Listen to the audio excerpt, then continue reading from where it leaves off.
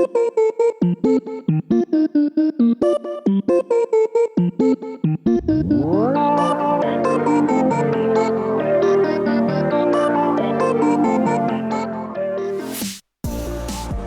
monsters! Welcome to Enthusiastic Encouragement and Dubious Advice, the podcast for folks who would rather curl into the fetal position than lean in. I'm your host, Patricia LZ Tuttle. And I'm the sugar to your salt, Nicole LZ Tuttle. We are recording the show on September 24th, 2024. Happy autumn, everyone! It's autumn! I mean, in my brain, it's been autumn since the start of September, maybe even part of August, but you keep telling me that that's summertime still. Yeah. I mean, okay, so I recognize we're also being very centered on where we are.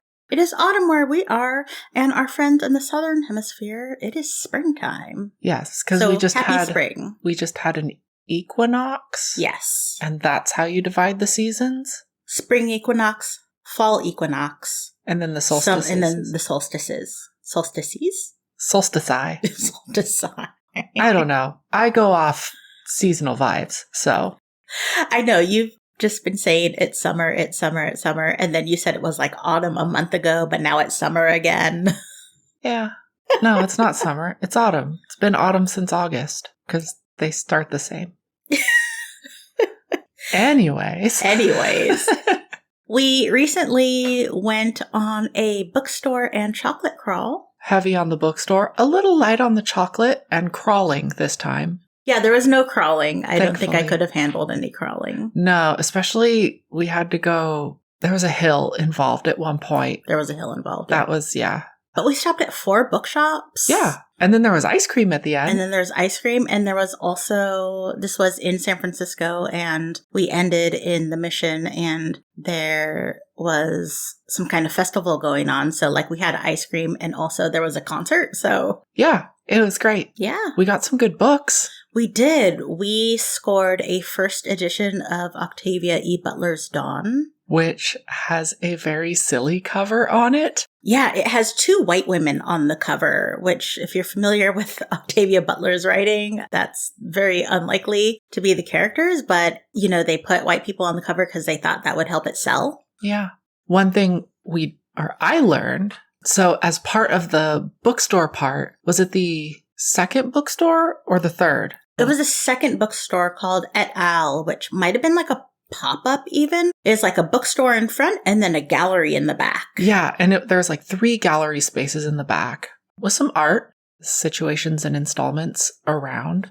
But as part of the event we were participating in, they had a local author come and read the first chapter of their upcoming book, and a band came and played. Not at the same time. Not at the same time. That would have been a lot. They happened sequentially. But this was a gallery space, so it was not a space intended for public speaking and music, which meant there was a lot of echoing, and with people talking or murmuring that got picked up, and there was also a lot of street noise. And for me, it was incredibly difficult to be able to make out like what the author was saying. And later, like the music was just almost overwhelming because it was a very echoey space and everything. So I tried something out with using my AirPods. I specifically have the Apple AirPod Pro AirPods or something to, I don't know. But they have a feature on them called adaptive mode that what it does is it tries to like filter out some of the outside noise. It's not fully noise canceling, but it reduces noise levels and filters out loud noises and tries to like really balance out the sound for you. And in this space, when the author was talking, I popped them in and it cut out so much of the background noise that I could very easily make out what the author was saying. Yeah, and sometimes the noise processing for you and for other people can also be related to ADHD, and just wanting to hear all the noises all at once, and then you can't kind of single out a sound. It's not even wanting, it's I literally just hear everything. We have this discussion even in like restaurants and stuff. I'm hearing everybody's conversation around us all at the same time. Right. Or the TVs that are on or whatever. So, yeah, I was really worried about you being able to hear in this space. And I saw you pop in your AirPods and that it looked like you were able to hear. And even when I leaned in and talked to you, it's not that they were noise canceling. You could still hear if I whispered to you or something like that. Yeah. And as a person who is an Android user, I usually see people with headphones in and still I have that gut reaction of they're not listening or they're being rude. And so I also am trying to learn like, oh no, actually this is assistive.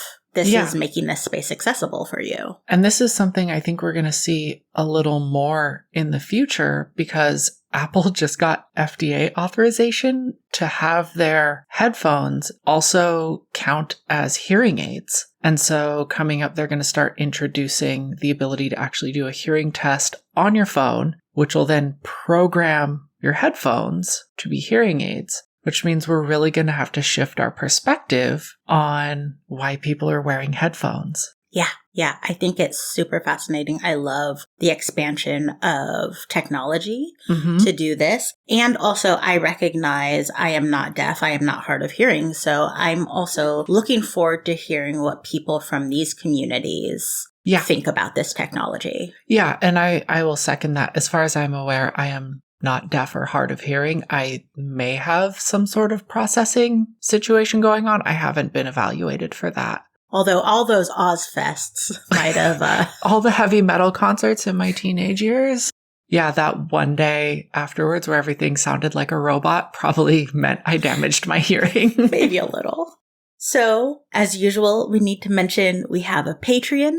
We have a bookshop where you can buy books through our affiliate links. These are ways to support this podcast so we can keep it without ads. And we will always link those in the show notes on the website. We'll also link it in the show notes that go directly into your podcatcher, whatever you happen to use.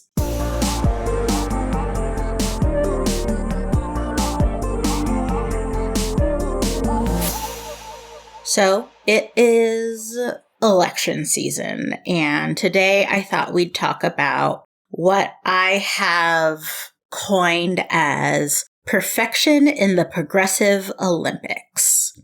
So perfection for that is just trying to do everything fully, ethically, and then the Olympics is the implied competition and moral hierarchy that can come out of trying to do everything ethically and always hire certain people and make your money go certain places.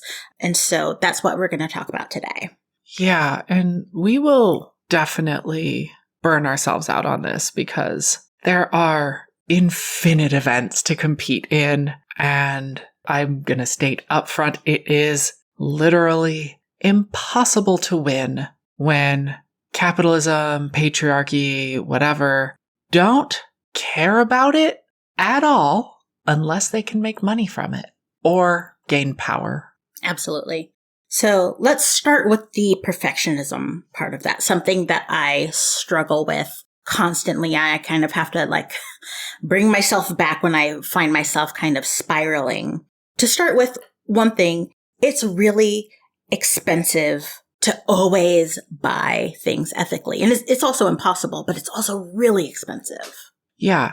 And this doesn't mean that you shouldn't try at all, but we do try to focus on what we can in this whole capitalist situation that we're in. So we buy ethically sourced coffee. I think in the past I mentioned Kahawa, where it's both local to the Bay Area, and she's a Black woman and she works with Black women farmers. And so it's yes, I will buy my coffee from the person. And it's also really good.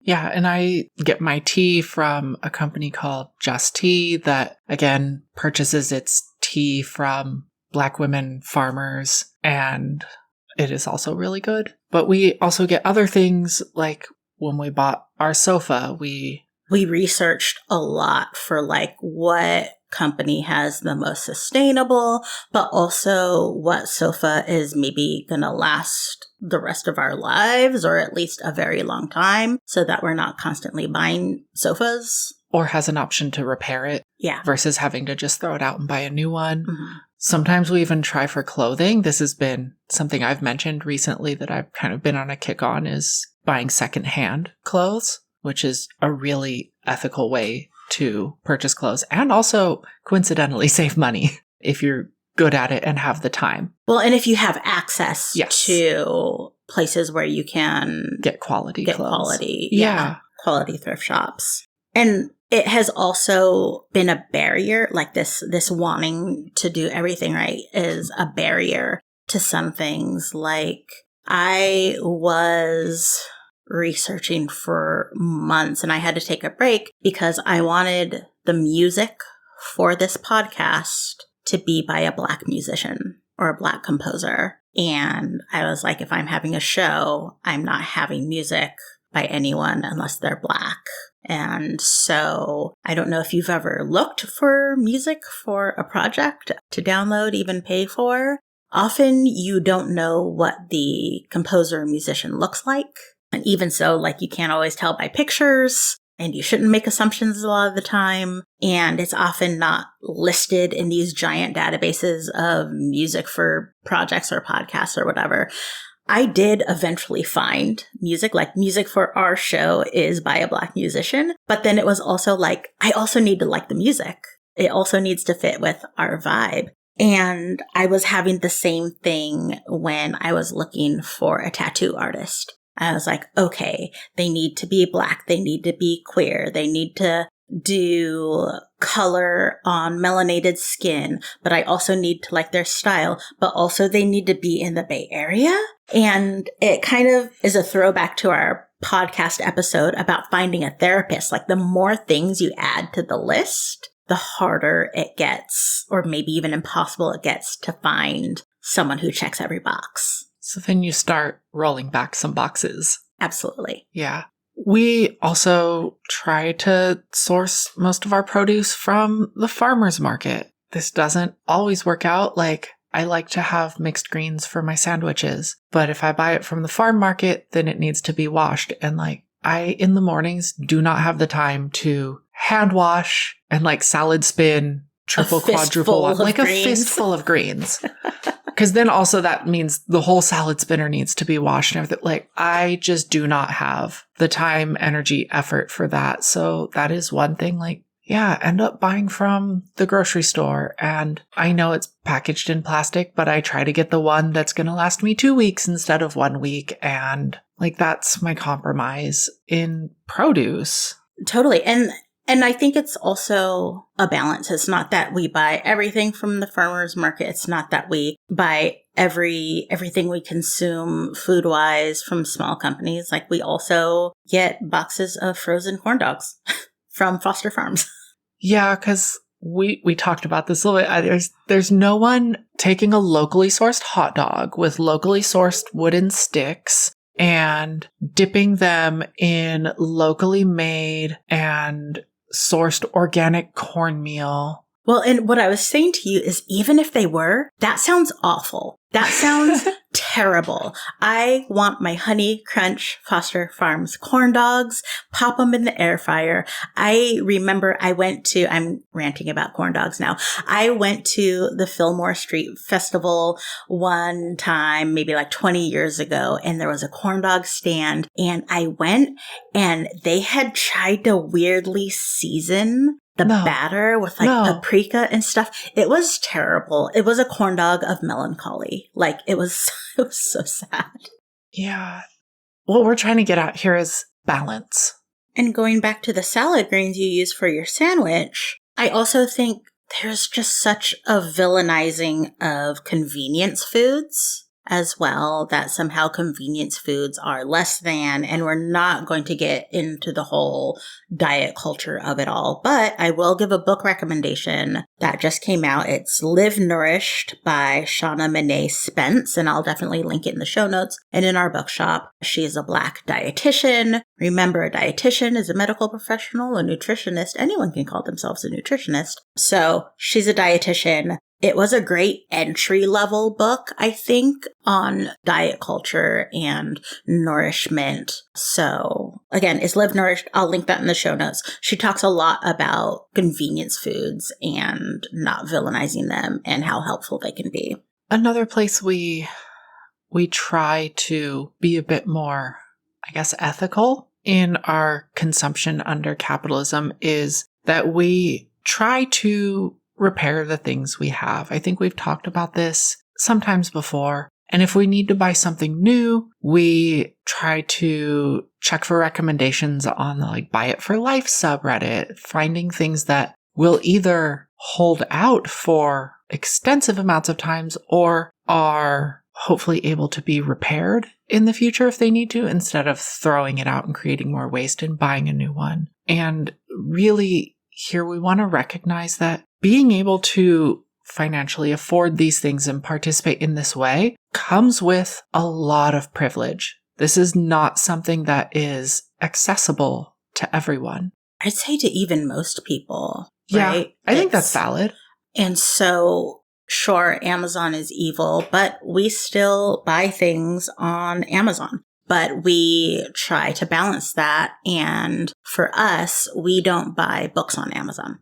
We know how predatory they are against independent booksellers. And so it's okay, we may need these other things that we can then, they're more affordable on the site. Maybe your eye drops.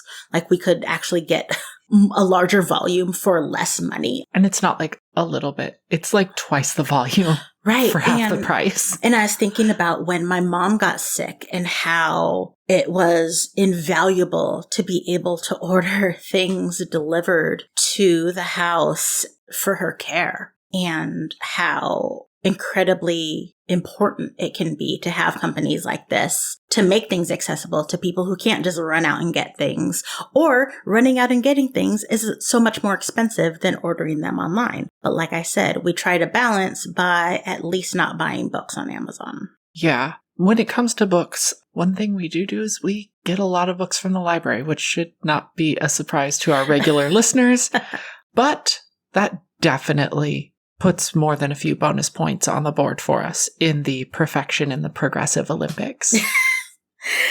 So much of this is unrealistic for most people, and it's a lot. Even just saying it right now, it's yeah, we do a lot. And I can tell you, it's not always fun. It's also exhausting. There will always be more than we can do. And beyond that, it will still never be enough. We are a household of 2 adults, and we are not going to single-handedly end white supremacy, capitalism, patriarchy by the consumption choices we make. Yeah, us buying cucumbers from the farmer's market is not going to fix this. Right. And I think it is also impossible to do everything ethically under these systems, under capitalism, colonialism, white supremacy. These systems are designed for unethical gains. A conversation I have frequently with a few people is around investing, and investing for whether it's wealth, investing for a retirement, investing for a specific thing, buying a home. There is no way to invest and get returns on your investment and still have them be 100% ethical. And you might say, well, but what about, green investing? And some of the green investing usually involves Tesla stocks. Right. And so one, that's not a great product. The money is going to someone who I certainly don't support, but also the human rights violations that are involved in making the batteries and the components of electric vehicles. Sure, it might be green in that way, and absolute human rights violations. So again, there's no ethical investing. So you got to weigh, but I still want to retire. I still want to save for a rainy day. Yeah. The system is designed that we can't do any of this fully ethically. And as we mentioned, like, there's a lot of privilege that comes with even being able to try to participate in this way. And I want to acknowledge that not only is this not accessible to most people because of cost, being poor is more expensive than not being poor. I think a great example of this is what's kind of referred to as the boots theory, which actually originates from Terry Pratchett's Discworld series. And the base concept of this is that while a well-made pair of boots may cost you, say, $500, they're going to last you 10 years, whereas a cheap pair of boots may only cost you $50, but you'll have to replace them every year. Or every half year if you're going to do the math. Yeah. For that. You end up spending more money because you can't afford the products that last you longer. And also you end up generating more waste in that just because the better quality products are inaccessible. So in the long run, it costs you more money to be poor. Along these same lines, though, I also want to recognize that companies who make products have an incentive to over time reduce the quality of their products so that there is faster turnover so that people continue to buy more of their products. When they exhaust the market and everybody's got the product, if it's going to last 10 years, then there's no more people to buy it. So they have to make inferior quality so that they break, wear out, and people have to buy more. And there are companies that, well, first I want to go backward. Don't check Nicole's math on the numbers. No, don't check my numbers. I think in the Boots Theory example, it's actually $50 for a good pair of boots and then $10 for a whatever and then 10 years. So, but we'll link it in the show notes to the Wikipedia article that has math that checks out. Absolutely. But going back to companies have an incentive to make things of worse quality, you are seeing this with some companies like Tupperware having to file for bankruptcy. And what happened was their products would just last for so long that people weren't buying new Tupperware. Yeah. And then the same thing with Instant Pot. Once you have an Instant Pot, then you have an Instant Pot and it works and it's great and you're not buying a new Instant Pot every year. And so that company also was struggling trying to figure out what do we pivot to, because the thing where they got known for and making their money, no one was buying it anymore because everyone already had one. I think that's why you started seeing weird attachments for it, like an air fryer lid and stuff. Yeah. Yeah.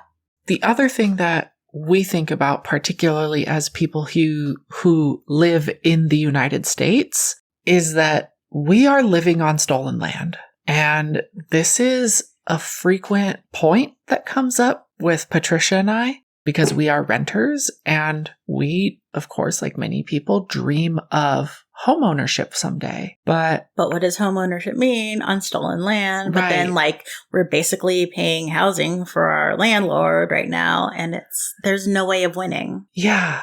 A lot of what has kind of helped my thinking on a lot of this is the book Wallet Activism: How to Use Every Dollar You Spend, Earn, and Save as a Force for Change by Tanya Hester. This book really, really helped me reframe how I think about all of this. I read this recently and I similarly was just like, oh yeah, this is really helpful. One of the things she goes over was using almond milk or oat milk versus actual dairy, but then almond milk uses a lot of water, but then how far does it travel to you? And trying to weigh all these things when I just want a bowl of cereal.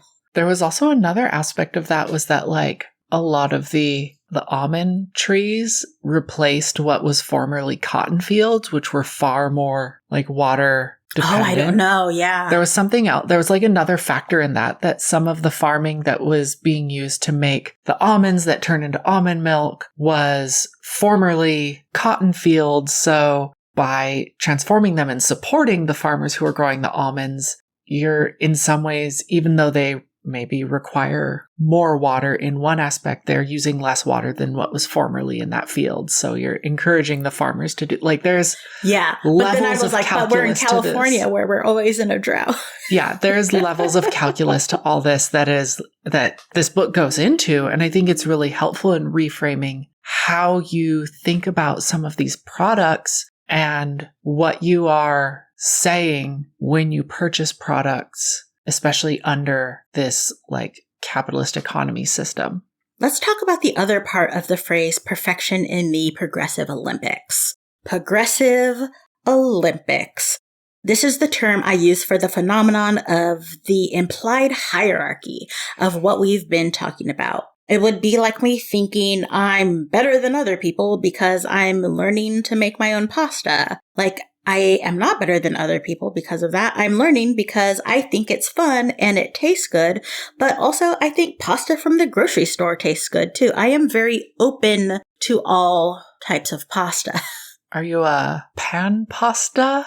I don't know. I'm not a pasta purist. Maybe. Okay. I was actually thinking about this when we were at the grocery store on Sunday, as I was buying a few more cups of yogurt because I like to have them in the fridge, especially as it's still been warm. They make for a good part of my lunch, but they all come in plastic, unless I think if you buy like that one particular French brand or something. But most of the yogurt comes in plastic, and for the volume I want, because I'll sometimes supplement it instead of a sandwich or something, it's in plastic. And I was like, oh, I could learn to make yogurt. We have an Instant Pot. We have an Instant Pot. It has a yogurt button. And I have friends who've made yogurt. It can't be that hard. And that would help cut down on packaging waste. Yeah, and we could also, like, I love making bread. I think it's fun, and the bread is delicious. Like, we could make our own bread, and we can make our own pasta, and we can do all these things, but then we wouldn't have time for anything else. We wouldn't have time for anything else. And the internet, the Tradwife internet, also tries to make you feel like if you are doing all these things, you are better than other people. And that is not true. Also, the Tradwife internet does a weird thing where it leads people to like white supremacist content. It's a direct line. It's a direct line. Do not fall down that rabbit hole. But yeah, like constantly doing all of those things wouldn't leave us time for anything else. We have day jobs. I have a whole other job with Book Riot. I have writing. We have this podcast. We also need to clean and take care of the garden and, I don't know, see friends once in a while. And if we were doing all of those things, we wouldn't be doing any of that. Yeah. Another example of this is thinking of someone who uses disposable plates or cutlery is somehow less than a person who doesn't. This is really another like Progressive Olympics thing. And you have to like reframe this into like that's an incredibly ableist thought. You don't know everyone's story, and honestly, not everyone is in a place in their life where they can have nice dishes and silverware that they can't throw away or is even able to wash them. Yeah. And there are some people who just use them and they don't like washing dishes, or they don't have time because they're working multiple jobs. And it's like people are going to make their own decisions, and you are not somehow better than a person who uses disposable cutlery and dishes, or they are somehow not less than people who don't. It goes back to the whole disposable straw situation. There are many people who need disposable straws, and no one is better than anyone else for either not using a straw or carrying around a metal straw that then gets dirty. And then you do what with it? Do you just like put a dirty straw in your purse? I never really understood what was happening there. You have to like wrap it up in a thing, and then you have like a dirty straw in a dirty napkin that you then throw away. No. I think about this a lot too. I think this was something that was mentioned in the wallet activism book. When we started getting rid of all of the plastic straws, Starbucks introduced a strawless lid. And in some circumstances, it was at least equivalent to the same amount of plastic as the old plastic straw and lid combo. And in some situations, it actually ended up being more plastic. By weight than the old straw and lid combo. I'm fascinated how the whole conversation was around plastic straws and not, say, like cotton swabs. Well, I mean, if there was dramatic footage of a sea turtle with cotton swabs stuck up its nose, then that might have been the conversation we had. But the thing is, there is footage out there of cotton swabs littering the ocean. My take on it, my hot take, is that the beauty industry would never let it fly to villainize cotton swabs. And also, there's no quote-unquote good replacement. Yeah, there's not. Wait, we're not going to get a glass swab or a... You know what? I have seen a company, they made a silicone swab, but then you have to like rinse. I don't know. Yeah. I don't know. It seemed like it was doing a lot.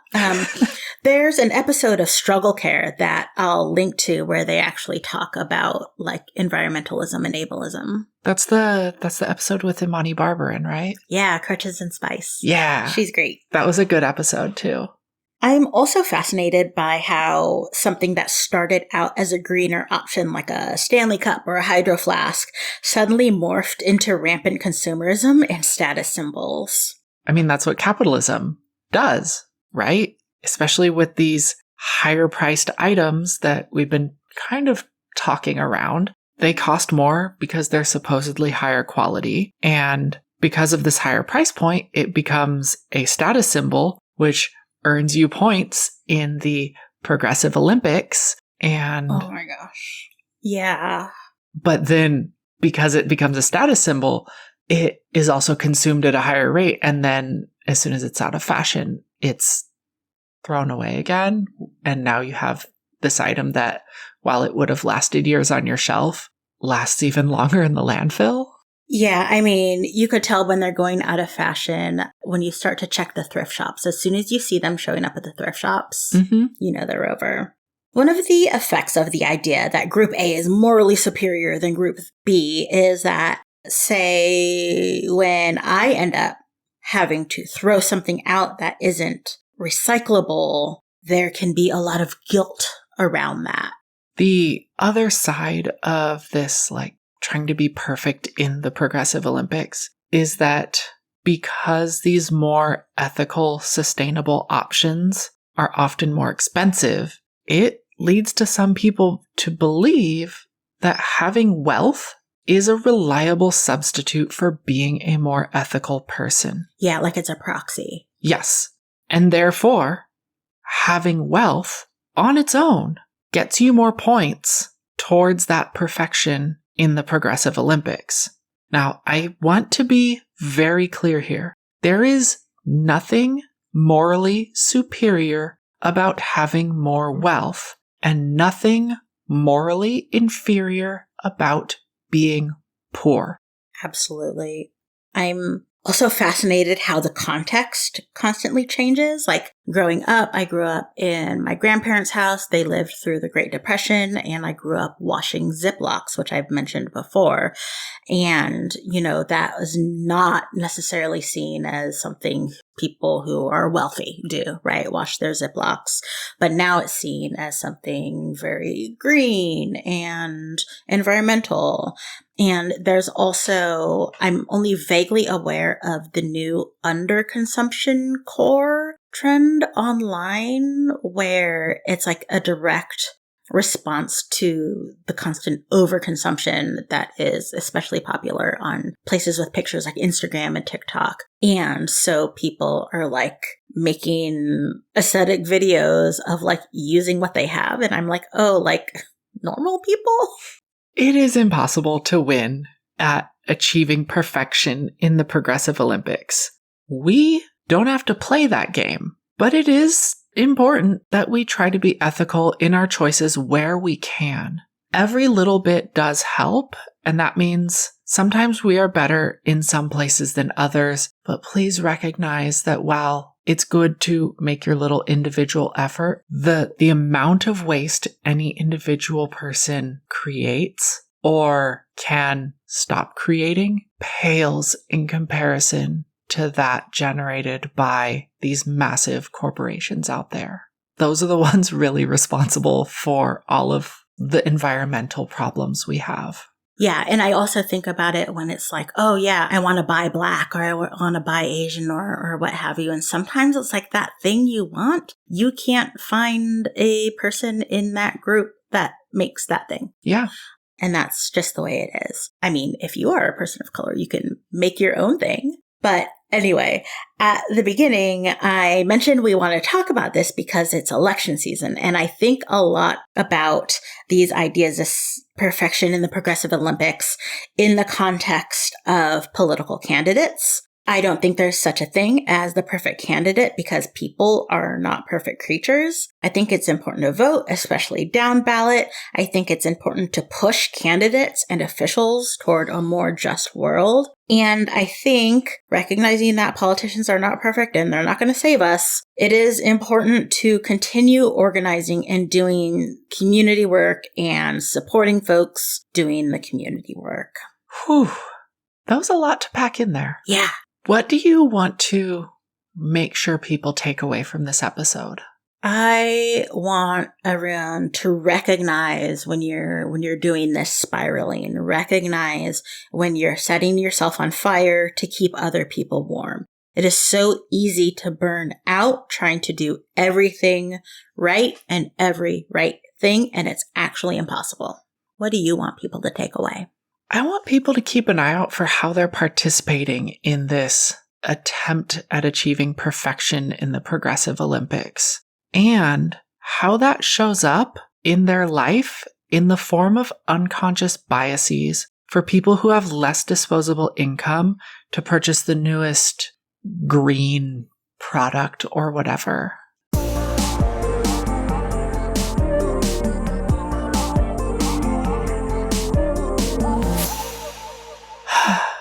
Okay, that was kind of heavy. Yeah.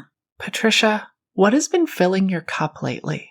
It's actually kind of related to the show, which is we have a lot of stuff. And what's actually filled my cup is we've decided to really maybe focus more on like a nice dinner or doing something, going on a road trip or something for each other for Christmas instead of buying more things. Like we don't really have shelf space for more dustables. We have all the books and all the plants and all the perfume. And it's actually kind of maybe not filled my cup, but it's lifted a weight from me not having to expect to be making room for more items. This is something we actually did in the pre-COVID era, and we did a lot of really fun things. Yeah, we need to, now that it's still COVID, and I don't know, like saying post-COVID era, but we have better mitigation. We have better mitigation, and like it makes us be creative too about what we do. Yeah. Nicole, what's filling your cup? I am holding on to things in the future right now.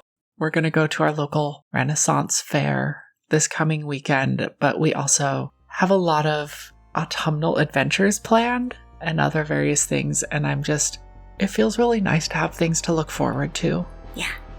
Well, that's our show for today. We'd like to thank our awesome audio editor, Jen Zink. You can find her at loopdeloo.com, and we'll leave a link to that in our show notes. You can find the full show notes and transcript at eedapod.com. That's EEDAPOD.com. There, you can also find a link to our Patreon, our bookshop link, and a link to the ongoing Enthusiastic Encouragement and Dubious Advice newsletter. You can also find us on Instagram and Blue Sky at EEDAPod, and email us at eedapod@gmail.com. We are nothing if not consistent. We would appreciate it so much if you would subscribe and rate us on Apple Podcasts, Spotify, or wherever you get your podcasts that allow ratings. It really does go far in helping other people find us. We would also appreciate anyone who can subscribe to us on Patreon. Support there is going to help us keep this show going, especially without ads. You can find us at patreon.com/EEDAPod. In the meantime, we hope you find ways to be kind to yourself. Drink some water and read a book. We'll be talking to you soon. I wish we bought corn dogs the other day.